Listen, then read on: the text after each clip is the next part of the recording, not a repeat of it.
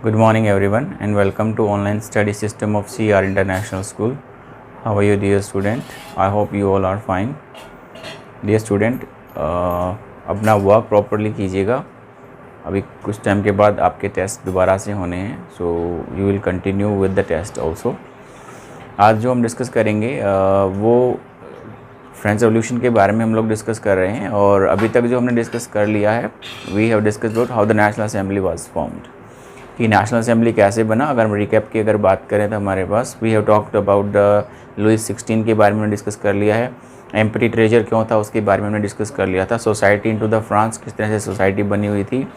The incident that has taken place that we have discussed.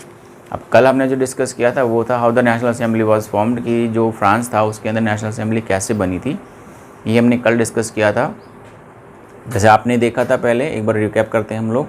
तो जो Louis 16 है, he wants to increase the taxes, he wanted to increase the taxes. वो taxes को बढ़ाना चाहते थे and it was the provision that he alone can not increase the tax. वो अकेले टैक्स को नहीं बढ़ा सकते थे. So what was the system over there. System क्या था आपका, द ओल्ड रजाइम की तरह से इनको क्या करना होता था, आपका मीटिंग करनी होती स्टेट ऑफ जर्नल की. So Louis 16 called the meeting of the state generals, where as we see, जहाँ पे हमने देखा, where as we have seen that कि जो फर्स्ट स्टेट है it send its 300 representatives, second state also send its 300 representatives, but in third state where the common people was there, so they send 600 people representative over into the assembly and they also send the 40,000 petition to them. और लगभग 40,000 के आसपास petition भेजी गई थी जो उनकी समस्याएं थी. The king proposed the increase tax. King ने क्या किया, आपका प्रपोजल किया कि he is going to increase the taxes, but before increasing the tax he has to get the voting. तो वोटिंग के लिए क्या होता था, आपका सिस्टम जो था बिल्कुल डिफरेंट होता था. Every state has one vote one value. तो पूरा जो एक स्टेट होता वो एक ही वोट डालता था, और एज ए सेकेंड स्टेट था वो भी एक वोट डालता था. और ये फर्स्ट और सेकेंड स्टेट मिलकर क्या करते थे, आपका एक एक वोट डालते थे एंड दे गॉट डेफिनेटली. अगर हम बात करें आपका राजा से जो बेनिफिट ले रहे हैं, अगर वो लोग वोट डालेंगे तो किसको वोट डालेंगे, राजा को ही वोट डालते थे. So ultimately without the hearing the petition of the third state, तो सिंपल सी बात है कि बिना थर्ड स्टेट को सुने ही ये तो सीधा सा हमें नज़र आता है कि जो बिल था वो पास होना ही होना था. लेकिन इस समय हुआ क्या, जो थर्ड स्टेट के जो वेल एजुकेटेड पीपल थे उन्होंने क्या किया कि इक्वलिटी के लेकर उन्होंने वोटिंग करवाने की डिमांड रखी. द डिमांडेड की जो वोटिंग होनी चाहिए वो 1 पर्सन 1 वोट एंड 1 वैल्यू के अकॉर्डिंग होनी चाहिए, 1 स्टेट 1 वोट के अकॉर्डिंग नहीं होनी चाहिए. बट राजा था, गुस्से में आ गया, उसने उसको मना कर दिया, उनको मना कर दिया. जब राजा ने उनको मना कर दिया तो वो क्या करते हैं, आपका वो जो मीटिंग उसको छोड़ देते हैं और टेनिस कोर्ट में जाते हैं. वहाँ पे ओथ लेते हैं आपके कि हम जब तक घर नहीं जाएंगे जब तक अपना ये कॉन्स्टिट्यूशन नहीं बना लेते हैं. They start making the constitution and they were led by the Abbe Sieyes and the मीरूबे.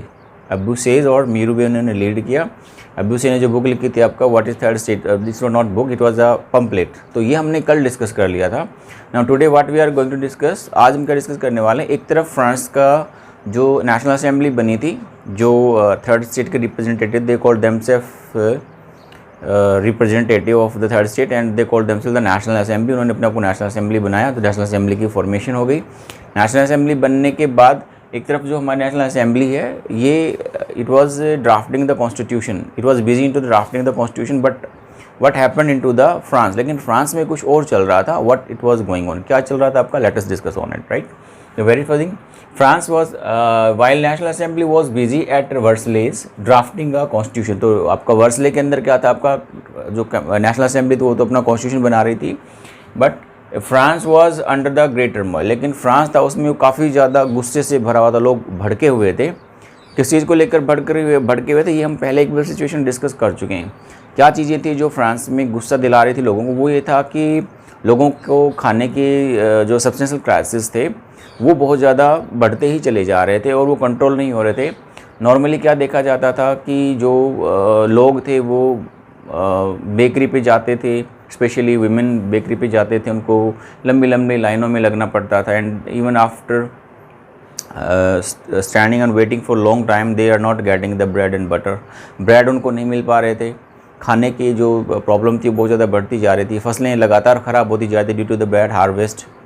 मौसम बार बार ख़राब होने की वजह से, ज़्यादा तेज़ सर्दी पड़ने की वजह से जो फ्रांस थे उनमें लोगों की जो फसलें थी वो काफ़ी ख़राब होती जा रही थी। So this situation was created over there. तो लोग बड़ा गुस्से में थे एंड व्हाट दैट ह्रास, उसके साथ साथ क्या होगा, ह्रास विंटर सर्दी बहुत तेज़ पड़ी, लोगों की जो फसलें थी वो बर्बाद हो गई and the price of the food grain increase, और जो अनाज के प्राइसेस थे वो बहुत ज़्यादा बढ़ गए। और बढ़ने की वजह से क्या हुआ, जैसे हमने पढ़ा था सब्सटेंशियल क्राइसिस ऑलरेडी इसके अंदर जनरेट हो चुके थे।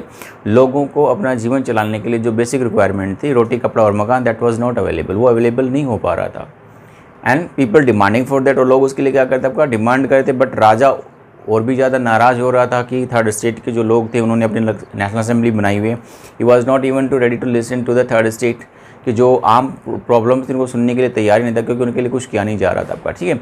सो crisis in the countries, crisis in the countries का मतलब यही आपकी चीज़ें मैंने आपको बताई। आपका ब्रेड एंड बटर था आपका, वो मिल नहीं रहा था लोगों को, डे टू डे रूटीन में जो उनकी रिक्वायरमेंट होती थी वो नहीं मिल पा रही थी। सब्सटेंशियल क्राइसिस की सिचुएशन बनी हुई थी, लोगों के जो इनकम थी बहुत ज़्यादा फॉल हो गई, प्राइसेस बहुत ज़्यादा बढ़ गई, लोग मतलब डे टू डे की लाइफ में बड़ा परेशान हो रहे थे। और उससे हुआ क्या, king order to the move the army into the Paris. जब राजा को लगा, मे बी इट वॉज कि नेशनल असेंबली डिक्लेयर हो चुकी है तो टर्मोइल हो सकता है, तो राजा ने क्या किया, ये जो सिचुएशन एक्चुअल में हुआ क्या था, ये मिसअंडरस्टैंडिंग थी। राजा ने आर्मी को बुलाया था क्योंकि बार बार एक घटनाएं सामने आ रही थी कि बेकरी शॉप पे लड़ाई हो गई है, ठीक है, खाने के लिए लड़ाई हो रही है आपका। तो ये सिचुएशन को रोकने के लिए राजा ने उनको आर्मी को पेरिस में बुलाया था। लेकिन यहाँ पर जो पेरिस के लोग थे उन्होंने मिस इंटरप्रेट किया इसको, यानी कि गलत समझा। लोगों ने समझा कि हम अब राजा ने आर्मी को बुला लिया है और वो अब हमारी फसलों को ख़राब कर देंगे और हमें हमारे जो हमने जो प्रॉब्लम, क्योंकि नेशनल असेंबली से उन्होंने नाराज़ है तो हम पे अटैक करवाएंगे।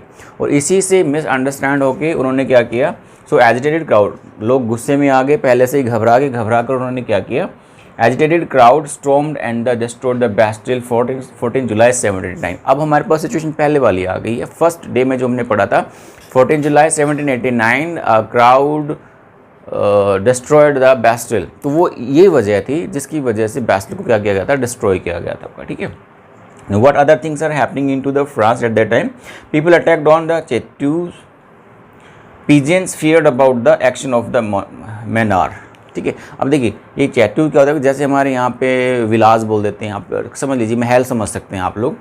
तो ये जो महल होते थे तो इन पे लोगों ने क्या करना, अटैक करना। जैसे फोर्ट्स पे अटैक किया, राजा के जहाँ रेजिडेंस, एरिस्टोक्रेसी के जहाँ रेजिडेंस थे वहाँ पे अटैक करना स्टार्ट कर दिया लोगों ने। इस तरह से चैटूबी के पर्पज़ क्या, residency of the big landlord, जो बड़े लैंडलॉर्ड थे उनके रहने के जो घर थे उनको चैतू कहा जाता था।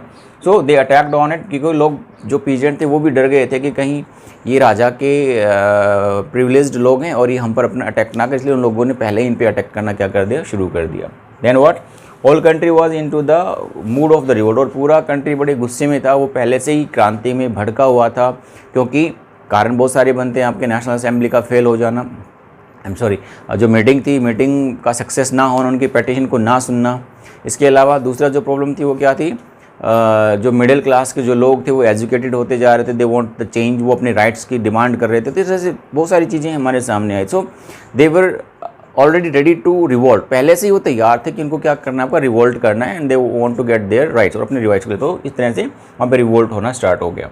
लुई 16, अब इतनी सारी घटनाओं को देखते हुए लुई 16 घबरा गए and he recognized the national assembly in 1791। और 1901 के अंदर जाके जो इतना लंबा प्रोसेस, 79 के बाद से रिवोल्ट चले आने वाले, 79 के बाद 91 के अंदर जो राजा है लुई 16 ने, वो जो हमारी नेशनल असेंबली उसको रिकॉग्नाइज कर देते हैं, and the constitution was adopted by the king. राजा के द्वारा जो कॉन्स्टिट्यूशन होता है आपका वो अडॉप्ट कर लिया गया था। जब कॉन्स्टिट्यूशन बना, नेशनल असेंबली ने क्या कॉन्स्टिट्यूशन के अंदर क्या शर्तें रखी, ये हम अगले वीडियो के अंदर डिस्कस करेंगे, ठीक है।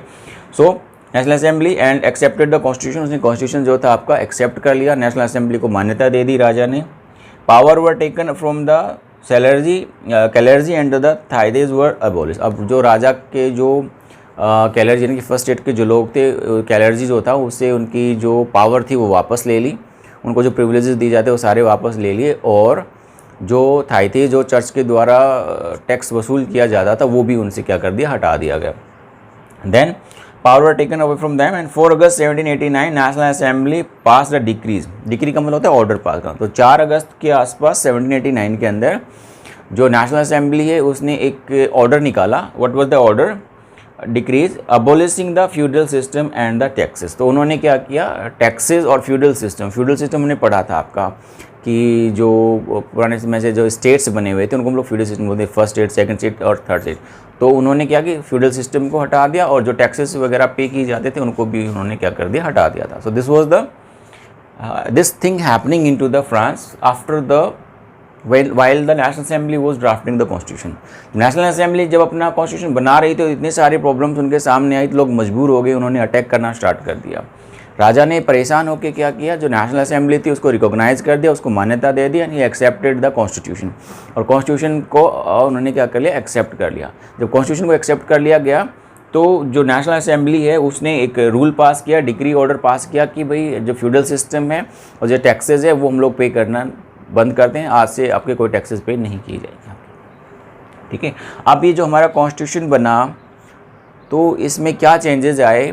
नेशनल असेंबली के कॉन्स्टिट्यूशन बनाने के बाद राजा की पावर क्या रही, नेशनल असेंबली में किसके पास पावर आई, ठीक है, किसको क्या चीज़ें मिली, किसकी चीज़ें क्या चीज़ें छीन ली गई, ये सब चीज़ें हम लोग नेक्स्ट जो हमारा वीडियो होगा उसमें हम लोग डिस्कस करेंगे। I hope you got the point कि जो फ्रेंच रेवोल्यूशन है उसके लिए कैसे कैसे कैसे कैसे हमारी सिचुएशन बनी। Now you have come to know कि जो 1789 का जो इंसिडेंट था, जो बैस्टिल को डिस्ट्रॉय करने का जो इंसिडेंट था वो क्यों हुआ, क्या उसके पीछे कारण बने, तो ये सब चीज़ें हमारे सामने आ जाती हैं आज।